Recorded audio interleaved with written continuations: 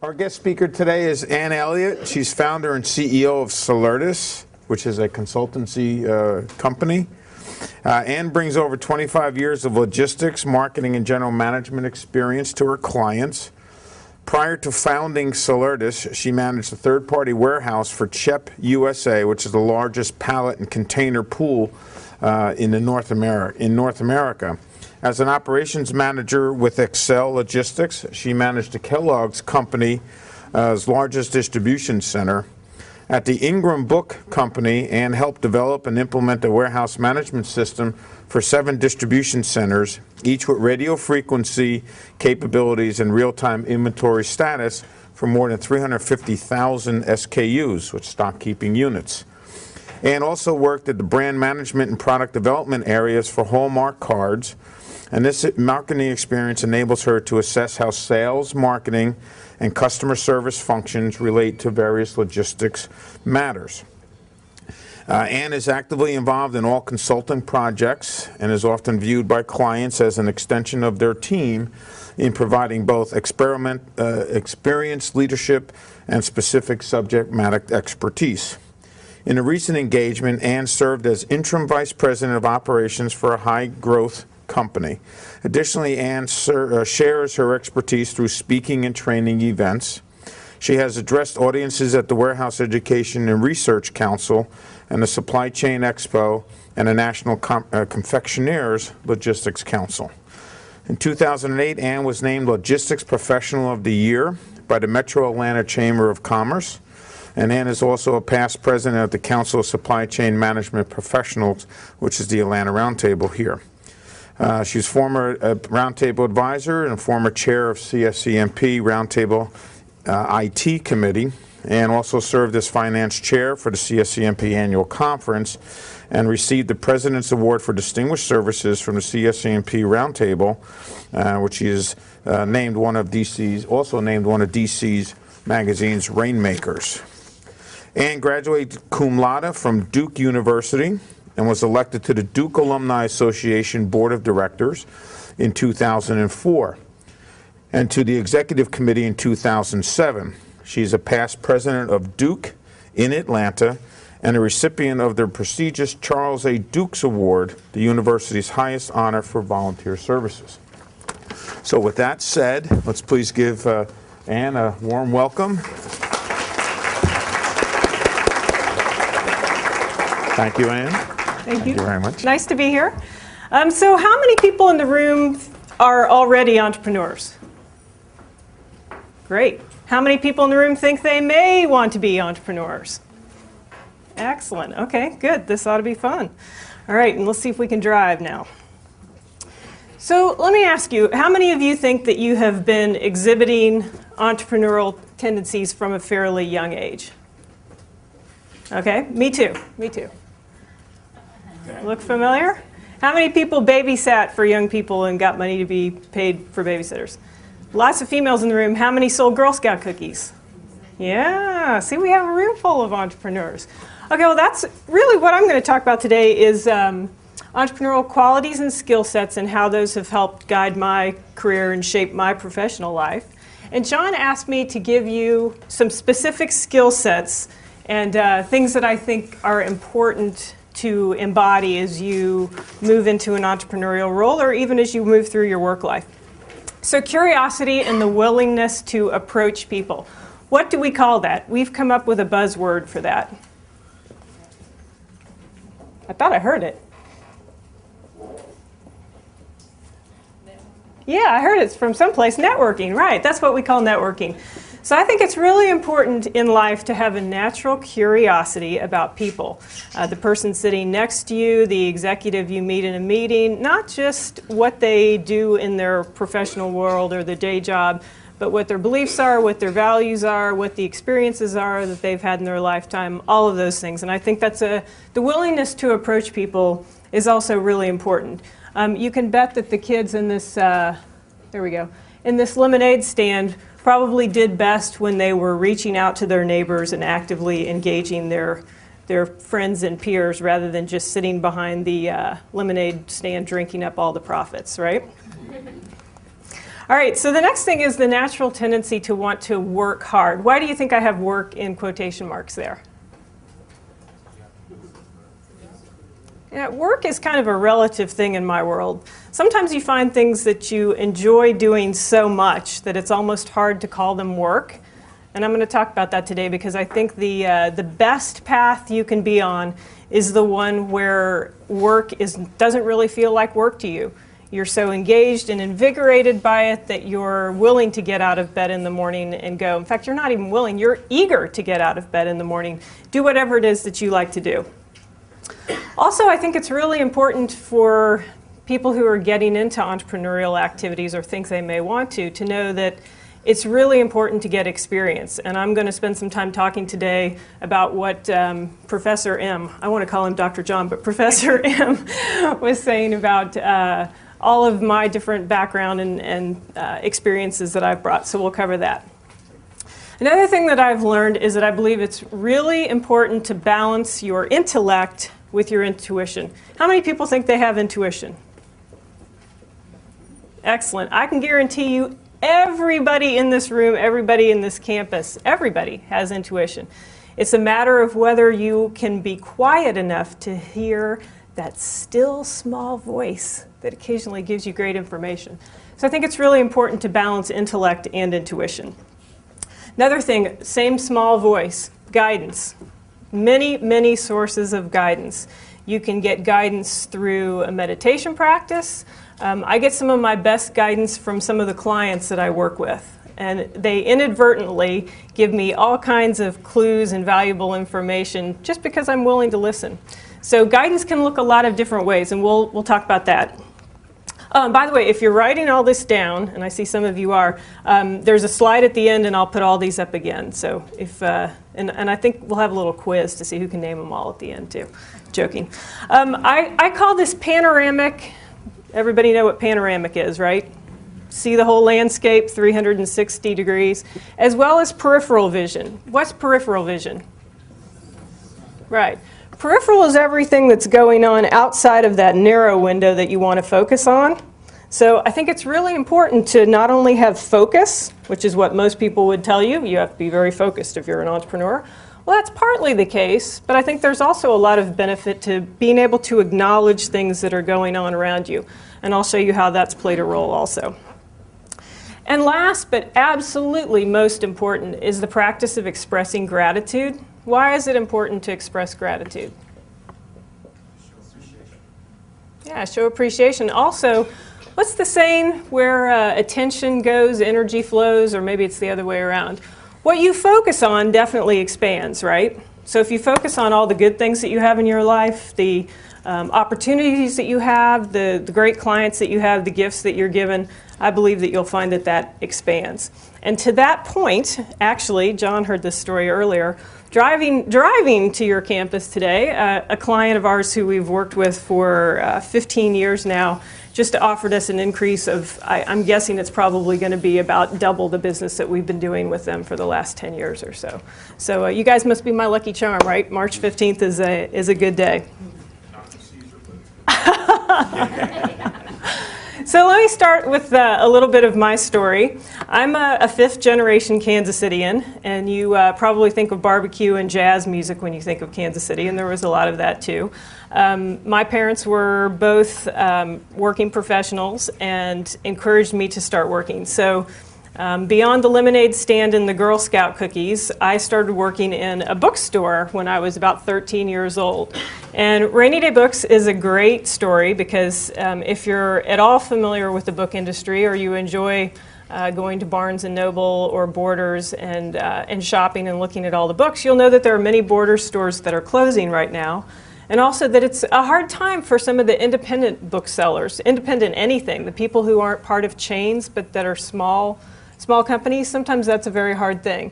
And the woman who runs Rainy Day Books was a mentor to me at a very young age. So when I was maybe 13 to 16 years old, I worked in her bookstores. And she started with one store and grew that to about 5 stores in the Kansas City area. And she has an amazing ability to get the best authors to come and do book signings at her store. And that's one of the reasons she's been so successful. So that was my, I guess that was one of my first jobs. I don't know, Lemonade was early too. I went to Duke thinking I was going to be an econ major, and was quickly, how should I say it, self-selected out of the economics program because I was not going to have a very good GPA if I stayed in economics. And I was a little bit of a misfit because I liked taking classes in the business school, and I liked taking classes in the political science department, anthropology, sociology. You'll see this pattern with me. I like to have a lot of different things going on at one time. That's where I get my juice and my energy. So I ended up petitioning the university, and I wrote a major program myself and graduated with basically a business major.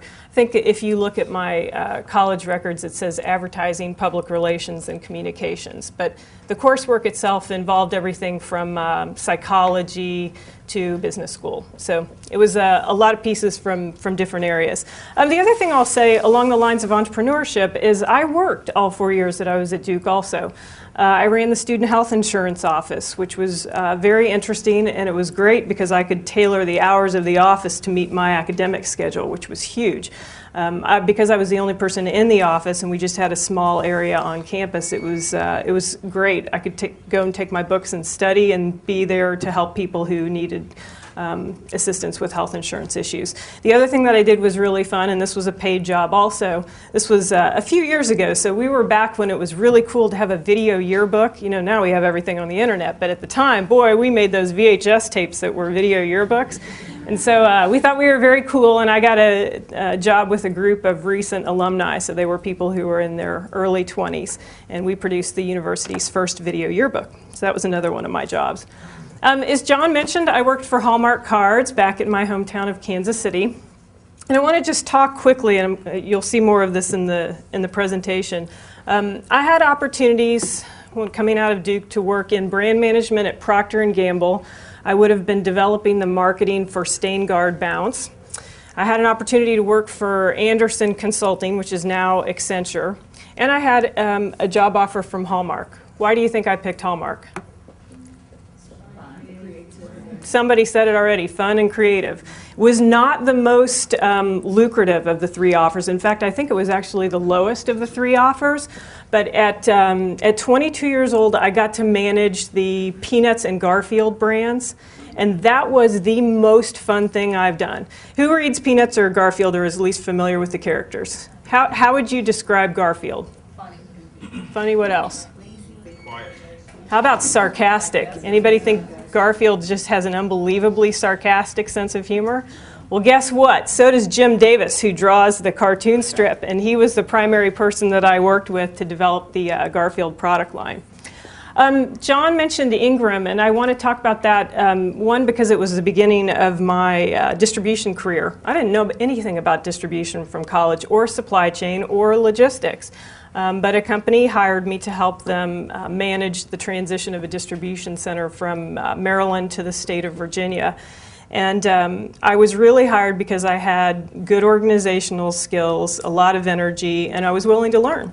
And in order to get this job, back to the idea of hard work, I put on jeans and t-shirt and went out to the distribution center and spent about 6 weeks learning every job by doing it. So I picked up 70-pound cases of books, moved them to the receiving line, I unpacked them, I put them down the line, I scanned the barcodes, I did all those things in every department. And then I went off and wrote 13 training films, which were then produced by the state of Virginia. So in under 6 months, we wrote, produced, directed, and implemented training for about 12 different departments in distribution. And it was a lot of hard work. The other thing I want to say about Ingram was, in addition to being the place where I really learned distribution operations, I also worked for a fabulous woman there who was a senior vice president in operations. And it really showed me another instance of what a great woman was able to do with her career. And she rose very high in the company and was a great mentor to me. And interestingly enough, when she retired from Ingram, came and did consulting work for my company. And it was really great to be able to work with her again in a completely different, in a peer-to-peer relationship rather than a boss relationship. The next place I went, as John mentioned, was to run a Kellogg's distribution center. Absolutely the hardest job I've ever had in my life. I would never go back there again. But while I was there, it gave me incredible experience. So at 28 years old, I ran a 1 million square foot distribution center with a 250,000 square foot satellite building where we did the national launch of Rice Krispie Treat Squares. You've never seen so many Rice Krispie Treat Squares. It was absolute chaos. And this operation runs 361 days a year. It's 24/7. There's almost 200 forklift drivers. The building's huge.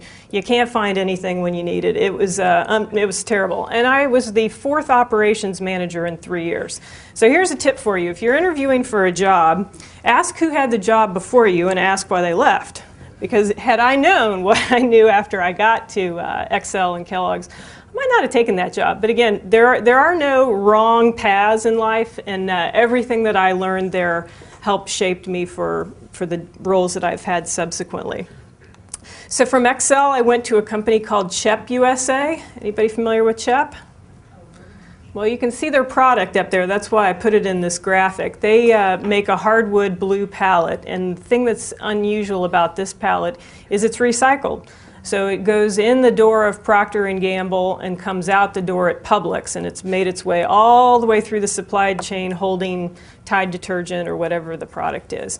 And at CHEP USA, instead of having one big warehouse, I had 23 warehouses in 5 states. So all I did was run from one, I don't want to call it a fire because that's not a good thing to say when you're dealing with wood pallet, but from one crisis to another, all I did was run around 5 states. And I learned a lot about distribution operations from a different perspective in that role. And the big thing that happened at CHEP was I met a guy who had an idea for a company. And he was very ambitious and wanted to leave what we were doing at CHEP in order to found this company. So let me talk about that. Anybody want to guess the origin of the name of the company? Elcar is the name of the company. Yeah, excellent. Okay, I'm sorry I don't have door prizes, but yes, she got it. My last name Elliott, his last name Carlson. And we founded the company based on things that we had seen in our day job at CHEP. And that was that, I'll use Procter & Gamble again as an example. Procter & Gamble ships a load of freight into Chicago. The truck is empty, the truck has no place to go, and so it deadheads to Indiana to pick up a load. At the same time, there's plenty of freight coming out of Chicago that could be going to Indiana or Atlanta or someplace else. So our idea was to optimize truckload freight among many big consumer products companies, and we had a whole lot of them who were very interested in this concept. What we found, though, was continuous moves, as we called them, were very hard to execute. And let's see if my slides are, there we go. And some of the reasons that they're hard to execute are you've got 1 million moving parts. You need a very expensive piece of software to run the algorithm that's required to optimize freight among all these companies. There's a bit of a confidentiality issue because Procter & Gamble doesn't necessarily want Kimberly-Clark to know where all their freight is moving on any other day. And then you have to negotiate pricing with big trucking companies. So you're saying we represent the buying power of Kimberly-Clark and Miller Brewing and R.J. Reynolds, and then you're trying to negotiate pricing. And what we found pretty quickly was that it was a very complex thing and really hard to execute. So in a moment of rage and impatience, that's a good word, impatience, I said there's got to be something else we can do. And we found an excellent alternative to this. It's not nearly as complex, and it's a lot easier to execute. So we use private fleets, and there are a few of those in North America. Who knows what a private fleet is? Yes? I'm going to call on you because you raised your hand. A private fleet is I guess a group of trucks that are just strictly for like Walmart or UPS. Excellent. So a private fleet is a group of trucks that are owned by a company that's not in the trucking business. So in this case, I'll use the example of Lance. Anybody eat Lance products? Yeah. Look at all the hands. Okay, so Lance makes cookies and crackers, but they're not in the trucking business, right? So we use their trucks to haul Campbell's soup freight. Let me show you how this worked. Okay, so Lance is based in Charlotte, North Carolina, and they make cookies and crackers and ship them to a regional distribution center outside of Dallas, Texas. Campbell Soup makes Prego spaghetti sauce outside of Dallas, Texas, and guess where they're going? You got it. They're going right back. The Campbell's is the red. They're going right back from Dallas to Charlotte and then actually over to their distribution center in Maxton, North Carolina. And we used to do this, and it was hundreds of loads a month. And guess what? We get paid every time the freight moves. So we don't take the tenders. Everybody know what a tender is? It's when a shipper says, okay, Mr. Carrier, I want you to haul this spaghetti sauce from here to here. That's a tender. We don't take the tenders. We don't do the monthly billing. We get a download at the end of the month that shows where all the freight moved, and then we're paid based on the number of loads that moved. That is what I call a residual income business. Who knows what residual income is? It's a great way of life, let me tell you, because you don't own the trucks, you don't own the warehouse, you don't take the tenders, you don't take the phone calls when the soup or the Prego spaghetti sauce is late. But you get paid for setting up the strategic relationship between the two clients. And the phone call that I got today on my way here, where I said it's probably going to be a pretty significant increase in business, was actually someone in Battle Creek, Michigan. Who's in Battle Creek, Michigan? Yeah, exactly. It was Kellogg's. They're our longest customer in the Collaborative Transportation Network. You want to know something else funny? They named it the Collaborative Transportation Network. I was calling it the Private Fleet Network, and one day I got a call that said, our CEO has an initiative that we're trying to collaborate. And I said, great, what does that mean to me? And they said, well, if you can call your system anything related to collaboration, we can probably get you some more business. And I said, great, what would you like me to call it? And they said, how about the Collaborative Transportation Network? And so the next thing we know, we changed our website, all of our marketing materials, and we now have the Collaborative Transportation Network. So let me tell you a few more insights from what I learned from some of those experiences I just mentioned. Leverage what you know. In this case, we knew that there was a lot of underutilized trucks in North America that were moving freight one way and often coming back empty. And here's the second one. The thing that we tried that was way too complex, there are companies that have spent tens of millions of dollars trying to make that work. It's really difficult. So if that doesn't work, try something less complicated. Listen, listen, listen. That's the lesson with Kellogg's. You know, if they want to call it the Collaborative Transportation Network, terrific. That works for me. Starting this company probably took 10 times longer than I had expected it to. And I want to talk about this one next as a lead into another line of business that I never expected to be in, but we are, and that is capitalizing on opportunities. Okay, so what do you notice about this picture? Books, right. Right, so why do you think this is significant? Well, I used to work for a company called Ingram, right? Ingram is $1 billion company, and guess what they do? Distribute books, right? So Rittenhouse is actually a client of Ingram. And back when I was working in the warehouse, I gave a tour to the president of Rittenhouse. And this man remembered me from the tour, tracked me down through people I had worked with at Ingram, and paid me to fix this. Ready? So this ended up being a 6-month project. This was the first consulting project I ever did. I never intended to be in consulting. Never intended to be in consulting. But they called and said, would you come and take a look at this problem we have? And I walked in and went, oh my God, that last picture was horrible. You know how many people hit their heads on those cross pieces? That's no way to pick a book. Do you know how much lost inventory we had in there? So anyway, this was an easy solution and something that we implemented. We also put in a lot of best practices, things that I knew from the book industry. So again, it was a lot about leveraging what I already knew from my time at Ingram, which had been about 5 years prior. So while we're getting our collaborative transportation network rolling, pun intended, we're using consulting opportunities to basically pay the bills because it took us a lot longer to get the transportation stuff going than we had expected it to. In 1999, I bought out my partner, who was the car of Elcar, and did a rebranding exercise. And I want to pass these around because we had so much fun with this. You want to just pass those back or to the side? In renaming the company, we did some market research. We hired a company to help us with that. And we asked our customers what they knew and liked about us. And so Celeritas is actually the Latin word for clever. And the reason we picked that was because our clients said, well, they always come up with clever solutions. So we decided to incorporate that into the name of the company.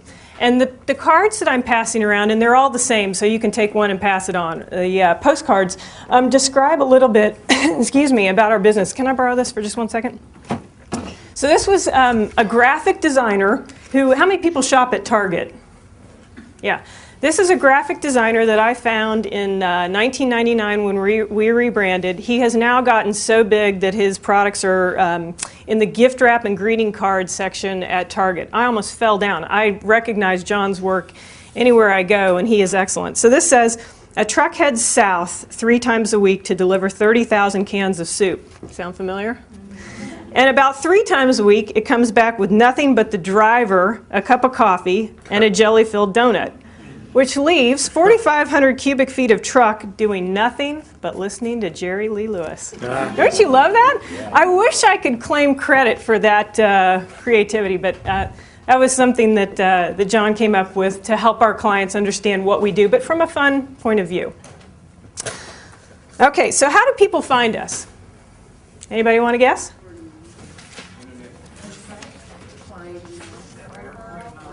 Right, I heard the first word. First word is referral from other clients. We get more business this way than just about anything else. And I'm going to talk about how people move from one job to another and how that ultimately helps us. Meaning we actually like it when executives change companies, because if we've done good work for them, often we get to go to wherever the new company is. Referral from colleagues, that's another thing. People that are in the industry, people that John and I know through our council's supply chain management and other professional organizations are great sources of referrals and business. There's that word networking again. John will tell you I spend lots of my time at receptions at the Chamber of Commerce and other places because it's a great opportunity to meet people. Okay, this is an odd one. Who would imagine that we would get business from our competitors? Okay, I want to talk about that because I think there's a pretty big blur, at least in my world, a blur between competition and cooperation. And here's why. We often partner with firms who specialize in something that's just a little bit different than what we do. Maybe they don't want to do exactly the kind of supply chain consulting work we do. Maybe their expertise is in something else.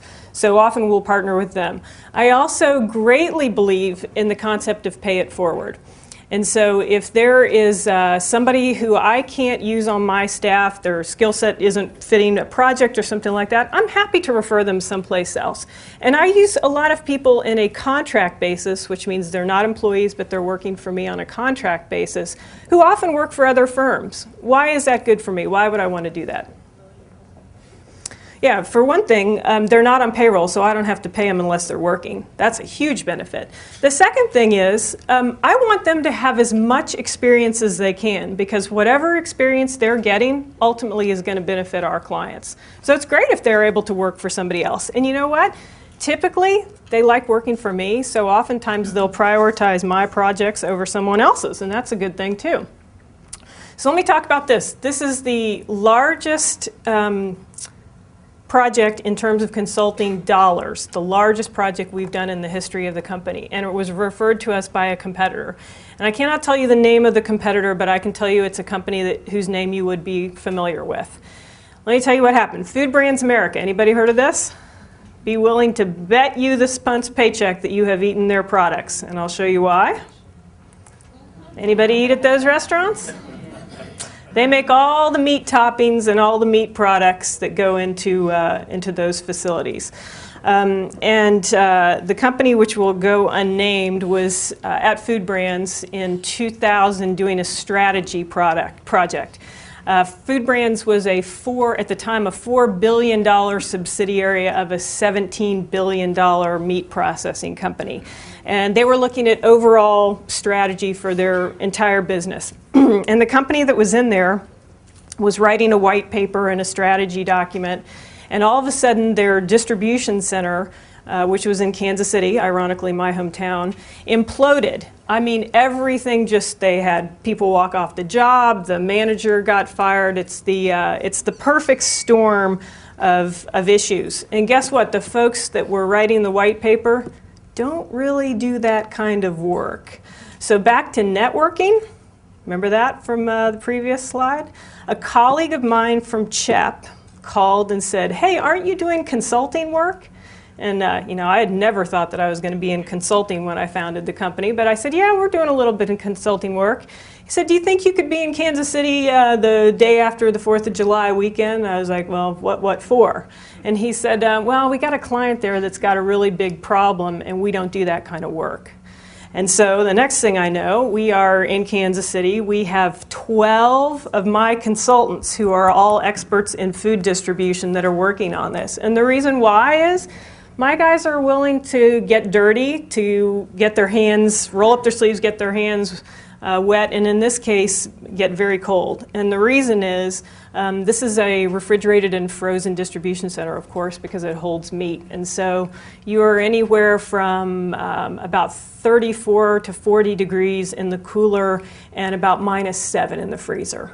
So you wear a full freezer suit. Has anybody ever been in a meat distribution center or a cold distribution center? Yeah, it's weird to work there in July when you come out and like peel off layers of stuff and it's 85 degrees out. So we had 12 people there. We pulled them out of what I have since called the distribution death spiral, which is a combination of really ugly circumstances and factors that lead to a very fast downfall. And I'm not going to spend a lot of time on that, but the reason it's copyrighted is because there's a white paper that we wrote and presented at many conferences after this. And this was block and tackle stuff. This was not a strategy project. This was get the meat in and out the door again. So it was procedures, metrics, and then they asked us to stay and help them move into a new state-of-the-art facility that was being built about 20 miles from the one they were currently using. Most important part of this project was that despite the fact that there was a marquee name consulting company in doing this work, I was always the one who was asked to present at the executive level briefings. And the reason that that has become so important is because the gentleman that I was presenting to 10 years ago, 2001, is still a client today. And I want to tell you more about that. So a few entrepreneurial insights. Executives move around. They're typically at places maybe 4 or 5 years. Sometimes they don't last that long, and they take their best people with them. And I don't mean just their best employees. I mean people who are advisors to them. And also, executives know other executives, and they are great sources of credibility. So let me talk a little bit about, switch gears to something called private equity. Who knows what private equity is? Okay, well here is I think I pulled this from Wikipedia. Here's the Wikipedia definition. So basically, this is people that are investing money in companies that aren't publicly traded. So that's why it's private. That's why it's called private equity, because it's money that's being put into businesses on a private level. It's not stock. You can't buy it on the stock exchange. It's a little bit different than that. Why is this important? Because the man who was on the receiving end of those executive level presentations that I made at Food Brands left there when the company was bought by Tyson, chicken folks, left and went to the private equity world. And the reason that that was so great is because he was still actively engaged and interested in us as a consulting firm. And the cool thing about private equity is they look at tons of deals and they spend billions of dollars. So to pay me, a few $1,000s to help them fix a problem, or even to look at a company, is nothing, because they're going to invest tens of millions in that company. So in all seriousness, and as an example, we probably looked at 12 deals while this gentleman was with a particular private equity company based in Chicago. Turtle Wax, anybody recognize that from the car care? There's another snack manufacturer, not Lance, but we looked at another snack manufacturer. And I probably made 6 figures in under a year just looking at deals. So all I did was look at deals and say, I think this looks good, here's why. It's also back to that balance of the logical intellect and the more intuitive part and the ability to look at an entire enterprise and say, here's why I think it's going to work and not work, at least from the supply chain perspective. The other thing is private equity firms often hire MBAs, and if I understand, all of you here are getting business degrees, right? So they're interesting places to work, one, because you're looking at lots of deals, but also some of those MBAs that are sitting in that room don't have real work experience. Goes back to my thought to you that it's really good to have work experience, and that's why they're willing to pay consultants to come in who have the subject matter expertise, and I'll get to that one. Private equity firms have to deliver results very quickly, so they may buy a $100 million company. They expect the sales to be at $400 million, the profitability to be at least as good as the sales, and they're going to flip that company in 4 years. So it's a quick model. They're open to using outside resources. They value subject matter experts like me. And here we are again. They are filled with executives who move around corporate America, which we've all seen why that's a good thing. So let me talk more about private equity. This was actually a private equity play. It was a roll-up of 4, can you tell what those are? Seafood? 4 seafood distributors in the Southeast, owned by a private equity company that we had done work for. And they called me one summer, and I was on vacation, and they said, we will pay you any amount of money to come back to the United States and take a look at this. And they had made a big mistake, and I think they were realizing that they had made a big mistake. And the mistake was that they thought, in rolling up 4 companies, that they could shove all of the inventory and all of the distribution operations into one tiny building. And that wasn't going to work very well. So we spent about 3 months there. Oh, this is the other hilarious thing. I just laugh when I see this picture, so I put it in the slide deck. You know, if you can't find a box big enough for the fish, that's no problem. We'll just cut a hole and let the tail stick out. Whatever works. But to give you a quick overview of what we did there, it was fairly tactically related because the strategy was already in place. We're going to take all 4 companies, we're going to put the distribution through one operation, then we're going to send it back out into the marketplace. And so these were the kind of deliverables that we met for the engagement. What I will say, which is very sad, is that many of the recommendations that we made in a way indicted the executives that had made the decision to roll these companies up. And what I mean by that was there were some very bad assumptions made in this business deal, very bad, at an operational level. And interestingly enough, this is not a deal where they paid me to look at it beforehand. They paid me to try and fix it afterwards. And the problem with that is when they read through the 55 recommendations, I almost think they were too embarrassed to tell their board of directors what a big mistake they had made. So they fired us. And they said, no thank you, we'll implement our own recommendations. And the guy who was running supply chain at the time had become a friend in the 3 or 4 months that I was on site there. You know, when you're in the trenches working 16 hours a day and barely making time for food, often you get very close to the people that you're working with. And he called me 6 months after we were fired, and he said, you're not going to believe this. There's a rumor that the private equity people are coming in tomorrow, firing everyone and closing the doors. And that's exactly what happened. They didn't implement anything. They were too embarrassed to admit they had made a mistake. They fired everybody, and they sold all the assets of the company. Very sad. On the other end of the spectrum, both from a product standpoint and from a success standpoint, who has an iPod? Yeah. So back in 2005, another private equity group called us, and they were looking at this company, hoping to buy this company. Digital Lifestyle Outfitters was started by a group of Carolina Tar Heels just down the road from where I went to school. They started in their basement, and they started stitching cases for iPods. And then all of a sudden they were selling so many cases that they couldn't stitch them in the basement anymore. And the next thing you know, we're manufacturing them in Taiwan, and we're trying to get them here to the States.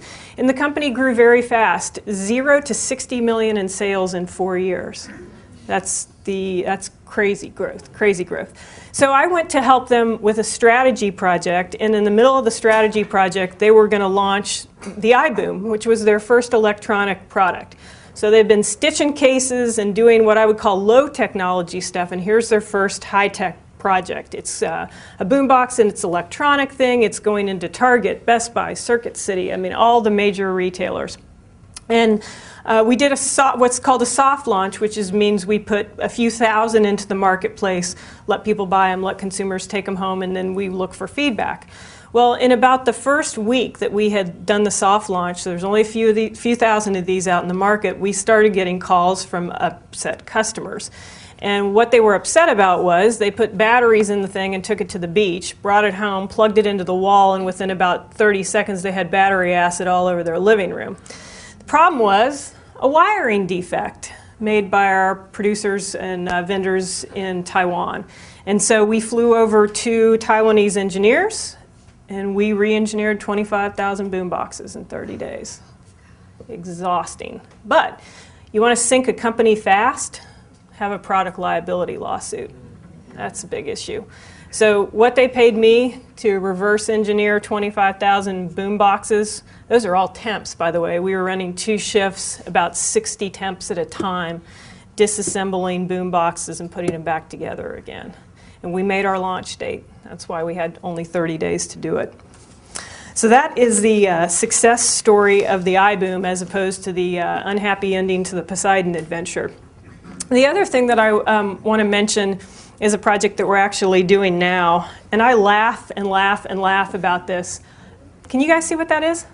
Lingerie. Yeah, lingerie. So I walk through a warehouse with 4 men in suits, and it is the most odd, surreal experience because there are just acres of bras and panties on either side. And I go into their conference room, and this is just new for me because this is not the environment I'm most familiar with. In the conference room are all of their advertising campaigns from the last 2 or 3 decades up on the wall. And guess what the pictures are?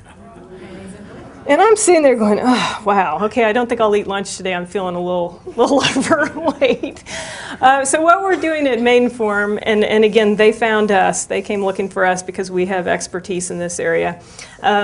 They have a labor union who is running the facility in North Carolina, and they haven't looked at the labor standards. Does everybody know what that means? It's the number of pieces you pick an hour, the number of cases you receive an hour. They haven't looked at their labor standards in about 8 years. So we're in there doing a joint project with the union and with their management team to determine if the labor standards need to be changed. And we're about 4 months into that. The gentleman who works for me on this project is excellent. He's apparently the best in the country, and I've been working with Nigel for about 8 years. Nigel is 72 years old. Nigel has children older than I am, and he is phenomenal to work with. So I'll say that I think it's really important to work with people where there's a high level of mutual respect. It's just so much happier place to be when you enjoy the people around you. And I'm still getting over the whole bras and panties things. I mean, who would have thought? One thing I want to say about revenue cycles, and I think you probably caught this, as we mentioned, the collaborative transportation network is a residual income stream. So it doesn't require me to be on site anywhere. It doesn't require a high amount of maintenance or day-to-day touch or hand-holding. And it has a pretty steady stream of income, meaning it mostly has just gradually risen over the years. The consulting income, on the other hand, is what you see up there, which is you're on project and you think you can buy Donald Trump, and then you're off project and you better have spaghetti for dinner, and then you're back on project again and you charter the jet, and then you get the picture. So it's really nice to have had some baseline revenue because consulting is very, very project oriented. Any yogis in the room or yoginis? No one does yoga in the whole room? All right, well, this is one of my favorite poses. That is not me, by the way. I ripped that off the internet. But I will tell you that life throws you very unexpected challenges, and it's like the lemonade stand. How do you make lemonade when you feel like you've just been handed a pile of very acidic lemons? So this is actually a pose that I was doing in 2007, and I fell and broke my foot. And as you may have gathered by what I said earlier about our consulting projects, I'm on the road a lot. So I travel 7,500 miles a year every year on Delta. That's between probably an average of 2 and 4 flights a week. And let me tell you, when you have a broken toe, and of course I don't do anything in a small way, I broke it in 3 places in the big joint, in the joint of the big toe. Probably one of the most painful things I've ever felt. And here, this is great, I guess great insight into Anne. So I did that, and it was pretty painful, and it was pretty audible. A breaking toe on a wood floor was pretty audible. And I put on my tennis shoe and thought that I was going to go to the airport and get on an airplane. Ended up at an urgent care clinic, and the doctor x-rayed it and said, you're going to the orthopedic surgeon office. I said, I'm going to miss my flight. And he said, no, I don't think you're going to be on any flight today. And so I ended up over at an orthopedic group in Midtown, and the guy took one look at it and said, you're going to need surgery on this toe. And I said, there is no way that I fell out of a yoga pose and you're going to tell me that I need surgery on my toe? And he said, yeah, in fact, you're going to wear this boot for the next 2 weeks and you're going to need to elevate. So I can see the flight plans being canceled right here as we speak. And I did spend about 2 weeks with my foot elevated, and then I really decided that I did not want to have surgery. So I went the alternative and holistic route. You know what those are? Acupuncture needles, right. Now, how in the world could this be a career-changing event? So let me ask you a quick question here, and we will bring this back to business, I promise. How do you take care of yourself? Seriously, how do you take care of yourself? What does that mean to you? Mm-hmm. Exercise, diet, what else? You guys get preventive health screenings? You see your doctor once a year? Mm-hmm. Ooh, take vacation. I like that. Relax. Good. We're going to get to that one too. Okay, and the next question is, how well do you take care of yourself? Feel like you're pretty healthy? Why would I be asking you this in a business presentation? Because your health corresponds to your Financial health is quite important. Financial health is important. What else? It's coming, folks. So back to the world of private equity and the executive who I've been working for 10 years. He's always known that I had an interest in alternative and holistic health. He's running a $750 million company right now that took a $5 million hit on health insurance premiums, meaning $5 million over budget in 1 year. And he said, why don't you come down here and talk to my HR staff about your philosophy on health and wellness and how you might be able to help our employees. This call happened in the summer of 2009. And in the fall of 2009, I started implementing a wellness program at his company called Live Well. And let me tell you a little bit about what Live Well is. And I tell you about this because this is the way that corporations are going. And if you expect to be employed in corporate America, you should probably know about things. How many of you have health insurance now? And do you have it through an employer or through the school? Employer. Okay, good. Well, I'll be interested to hear your perspective on this. So the first thing that we did was we used 3 vendors in 10 regional offices to take biometric screening. Oh, thank you. I had to hurry up. 3 vendors, 10 offices to do biometric screening. Biometric screening is blood pressure, cholesterol, waist circumference. You ready to have your waist measured by your employer? Waist circumference, your fasted blood glucose was an indicator of diabetes. And then what we do with that is we feed it into a web portal that is hosted by Mayo Clinic. And you go onto the Mayo Clinic health portal and you put in your employee ID number and you say, I eat 4 servings of vegetables a day, and I do yoga when my toe isn't broken, and I walk every day, and my blood pressure is normal. And then you get a printout, and you also get extra credit for doing the preventive screenings that are offered by your health insurance company. And let me just tell you why this is going to be important.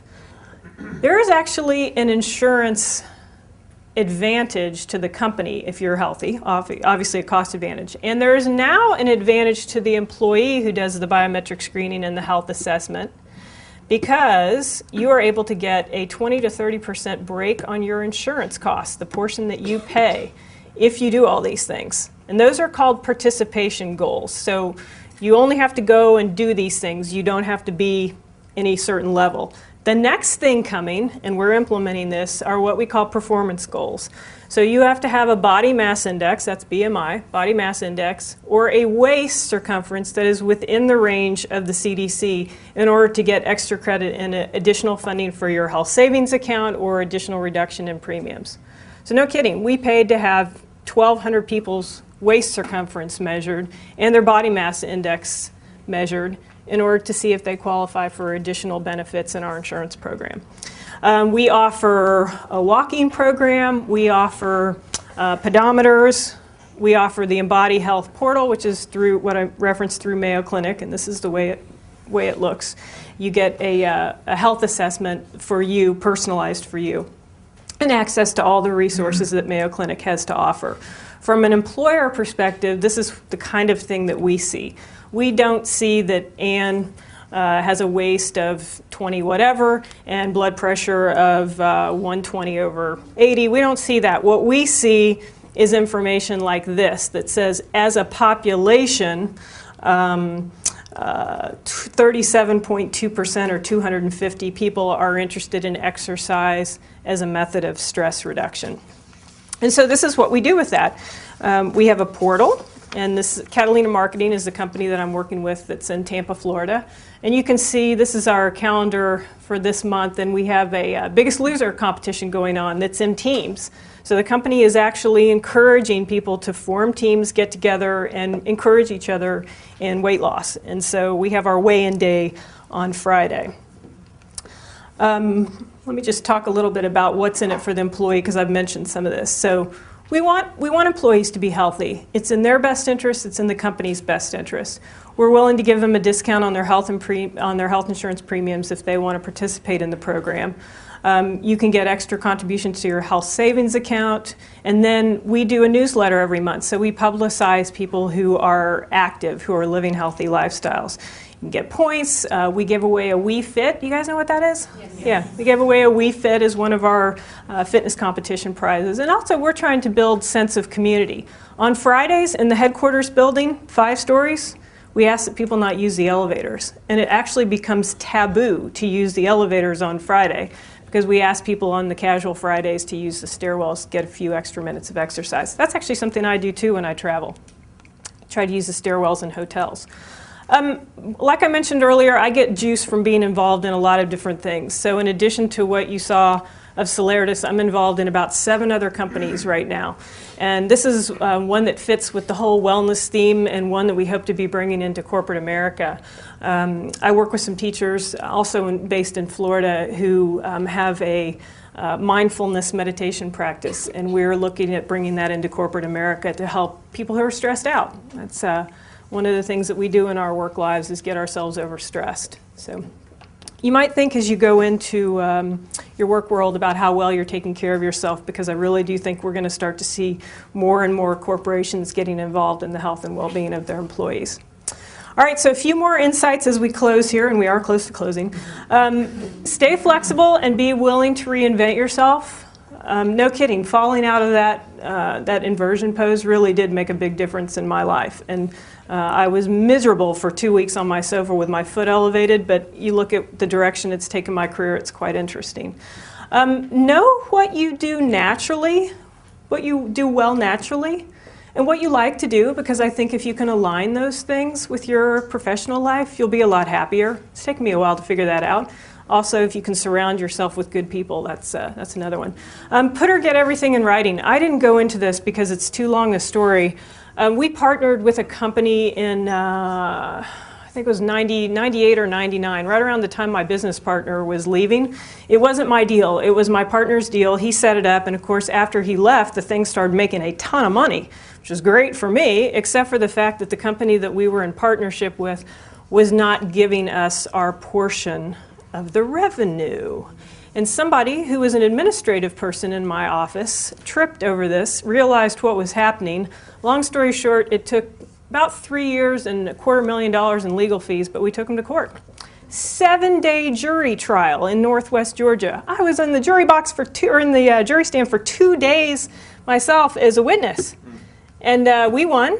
And then the guy hid all of his assets, and it took me about another $50,000 to collect on the judgment. So even if you don't use a lawyer to write things, get people to put their intentions in an email. It's that simple. It doesn't have to be a complex legal process.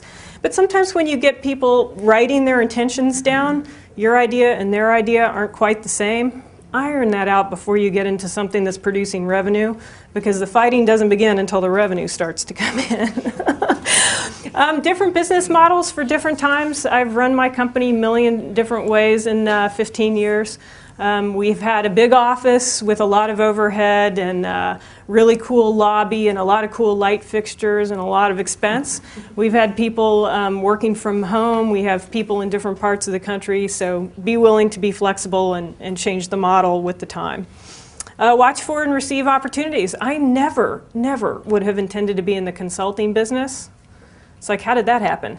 But because somebody called with an opportunity, rather than saying, no, I'm keeping my focus on transportation, we were willing to look at that peripheral, that panoramic view, and say, maybe we should go try this. And it's been the source of a lot of income. There are many paths, and I want to talk about this in closing. This is actually a picture from a place close to where I work in Tampa. There are many paths, and if you start down one and find that there is an alligator at the end of that path, please turn around and go back and start over again or pick a different path. Life is too short to be miserable in a job that you don't like. There are too many good opportunities out there. So if you do go down the road of a particular path, it is never too late to turn back and start over again. And you don't need to fall out of a yoga pose and break your toe in order to start a new path. Back to this. Anybody remember? Call them out. Networking.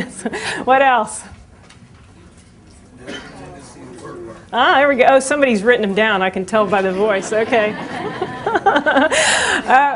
Please get a range of work experience. I do not, this is funny coming from someone who went to a fairly good university. I do not hire based on a person's the quality of their academic institution alone, or even the fact that they have a degree. I've had plenty of people work for me who were excellent because they knew distribution operations, not because they had a piece of paper that said that they did really well in school. I'll hire for experience in addition to academics every day. Balance that mind, all that brain that's functioning all the time, with what's your gut tell you? What's your gut instinct? What's your intuition? Hear and follow guidance, and guidance can come while you're walking down the path in many, many forms, and I'm lucky to have had some really great mentors along the way. Back to the panoramic and peripheral vision thing, focus, focus, focus is what they tell you in business school, right? But don't be afraid to look at that peripheral vision every once in a while. And again, I think expressing gratitude, which you focus on, you get more of. So, very grateful to have been here today. Thank you, guys.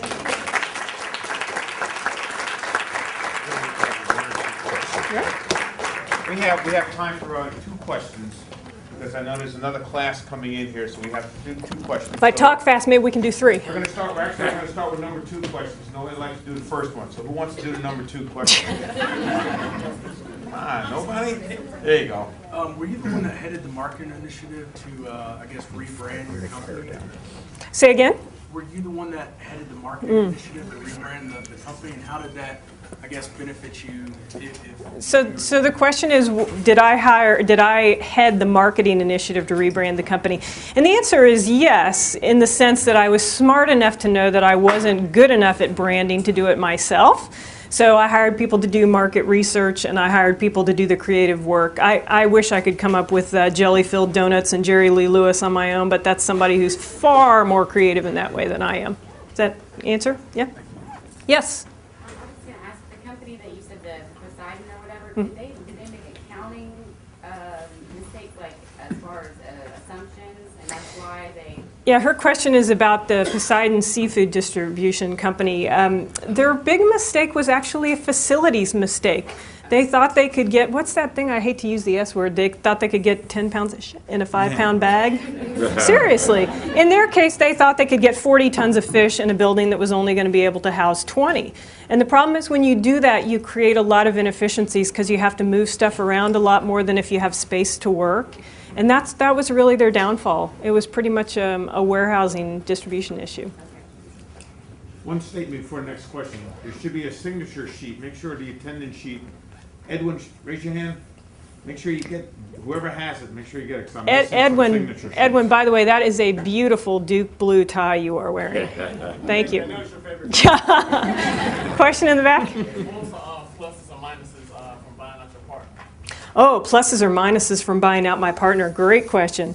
I would say almost all pluses, although I miss him and he's still a friend. Everything that I was doing was making money. And the project that he was working on, which was really more along the lines of transportation, was not yet making money. And the problem was he had a wife and 2 kids at home that he needed to feed. And so his debt to the company kept getting larger and larger and larger because he was taking more salary out of the business than I was. Also, you know, there's a certain alchemy between people and in a corporation. In your school, in this classroom, there's a certain alchemy between the energy of the people. And it's really important to align yourself with people that you have resonance with. And he and I were great. Let's see. Maybe our greatest resonance was that we both loved working out, and we spent all our lunch times, both when we were in corporate America and when we started our company, at the gym. We love working out together. That does not necessarily make a great business partner. And that was one of the big learnings.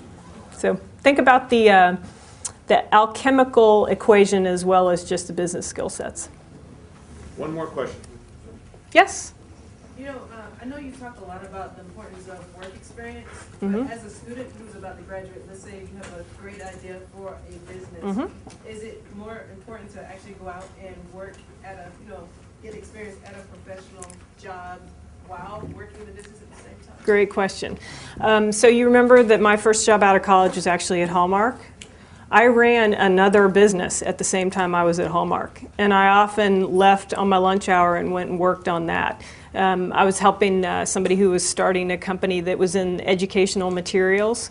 It was actually a teacher of mine from high school, and it was great because I could leave my Hallmark job and be either gone at lunch or leave by 5 o'clock and still have, you know, a couple hours that I would had energy to work on something else. So if you can figure out a way to pay your bills while you're doing the other thing, great.